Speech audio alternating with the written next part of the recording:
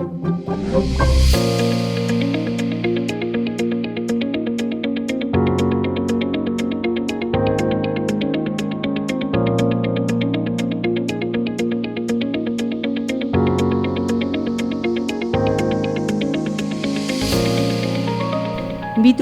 Sales Podcast.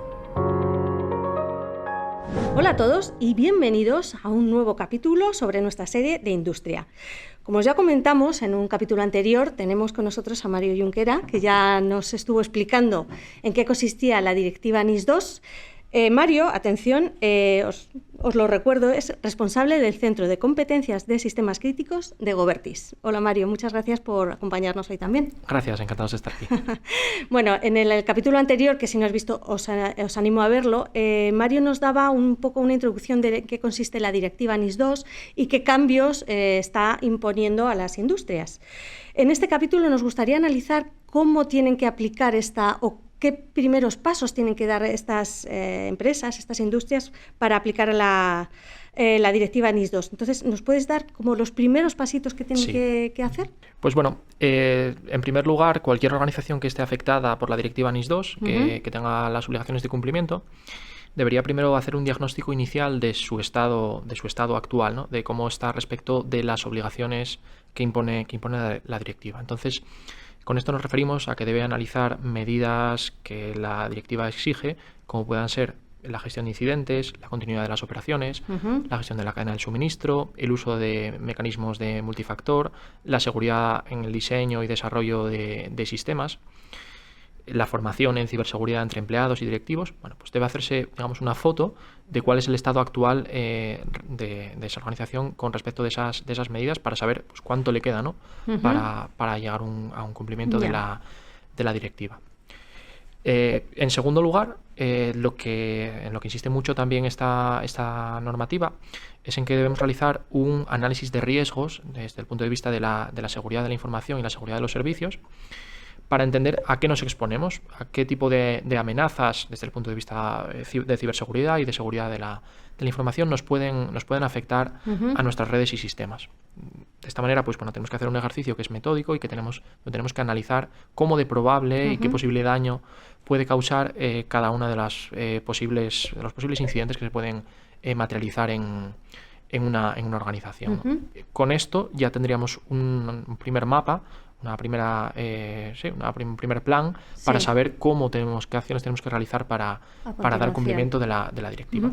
Una duda, ¿las empresas que están aplicando el NIS1 que son las mismas que tienen que actualizarse al NIS2? Sí, bueno, en principio todas las que están afectadas por NIS1 sí tendrán que están afectadas por NIS2 y tendrán que hacer esa actualización, pero de hecho hay nuevos sectores y nuevas entidades que están afectadas y que antes no estaban afectadas en NIS1, de algunos sectores como la alimentación, la gestión de residuos y otros que anteriormente no estaban afectadas. Entonces es conveniente pues verificar la aplicabilidad de la directiva caso por caso. Parece ser que esta directiva también contempla una clasificación de las empresas. ¿Nos puedes explicar un poco en qué consiste? Sí, principalmente la directiva establece dos niveles de clasificación, que serían las entidades esenciales y las entidades importantes, ¿no?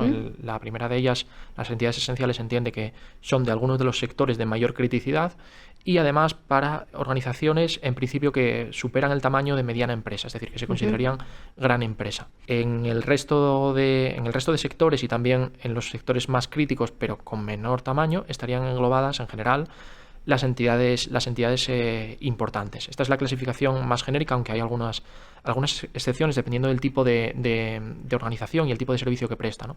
Pero bueno, principalmente sería esto. Entonces tenemos que verificar esto, es bastante relevante. Las medidas a exigir son las mismas para entidades esenciales e importantes, pero sí que hay una pequeña diferencia en las posibles sanciones que pueden percibir estas entidades y además en los regímenes de supervisión que se implantarán en España. Es decir, que las entidades esenciales están más sujetas a revisiones de tipo auditorías, peticiones de documentación u otras evaluaciones de seguridad más allá que las entidades importantes. Muy interesante. Y vosotros desde Govertis, que es vuestro día a día, ¿qué errores más comunes veis en cómo las empresas se tienen que actualizar en esta directiva? Sí, pues bueno, En general, los mayores errores que vemos es no contar con ese plan de acción, ese plan de tratamiento de riesgos que nos permita dirigir unos esfuerzos y unos recursos que muchas veces son limitados en las empresas, ¿no? Para ámbitos como este. Pues si no contamos con ese plan, no sabemos dónde tenemos que priorizar o cómo tenemos que priorizar esas actividades. Si es más importante que desarrollemos o que implantemos medidas técnicas, pues tenemos que instalar un firewall, tenemos que instalar una serie de medidas de cifrado, o bien tenemos que desarrollar cuestiones organizativas. Me refiero, por ejemplo, a desarrollos de planes de continuidad, desarrollo de políticas, normativas y procedimientos. Entonces, este es un error bastante común, ¿no? Que es un poco intentar hacer muchas cosas, pero sin un plan establecido, sin un orden claro, cuando muchas veces no tenemos tantas capacidades como para abordarlo todo, ¿no? Y otro error bastante común es la implicación de la dirección. Es un punto bastante relevante en el que insiste la directiva, y es fundamental que la dirección conozca de qué estamos hablando, si no ya directamente nos estamos exponiendo a un incumplimiento, y en la medida de lo posible gobierne este proceso de implantación de la directiva. También es bastante común y nos encontramos en el ámbito, especialmente en el ámbito industrial, me refiero a ámbitos como la fabricación, producción industriales, ¿no? Que tengan que ver con tecnologías del ámbito industrial, si nos encontramos bastante poca conciencia o poca formación desde el punto de vista de seguridad de la información. Es entendible porque estos ámbitos están más relacionados con cuestiones de producción y no tanto con la seguridad de la información y de los servicios desde este punto de vista, ¿no? Entonces, sí es un foco en el que tenemos que poner mucho especial cuidado, ¿vale? Atención. Sí, en las tecnologías del ámbito de las tecnologías de operación. Me refiero a dispositivos SCADA, dispositivos PLCs, que muchas veces pues, no han sido atendidos con el mismo cuidado, ¿no? En términos de seguridad. Mario, pues agradecerte muchísimo todo lo que nos has explicado sobre la nueva directiva NIS2. Creo que ha quedado muy claro. Muchísimas gracias por venir. Y a vosotros pues os invito a que nos sigáis en nuestra sección de industria de podcast y a todos nuestros podcasts, que hacemos muchos. Perfecto, pues muchísimas gracias. Mario, hasta luego, gracias. B2B Sales Podcast.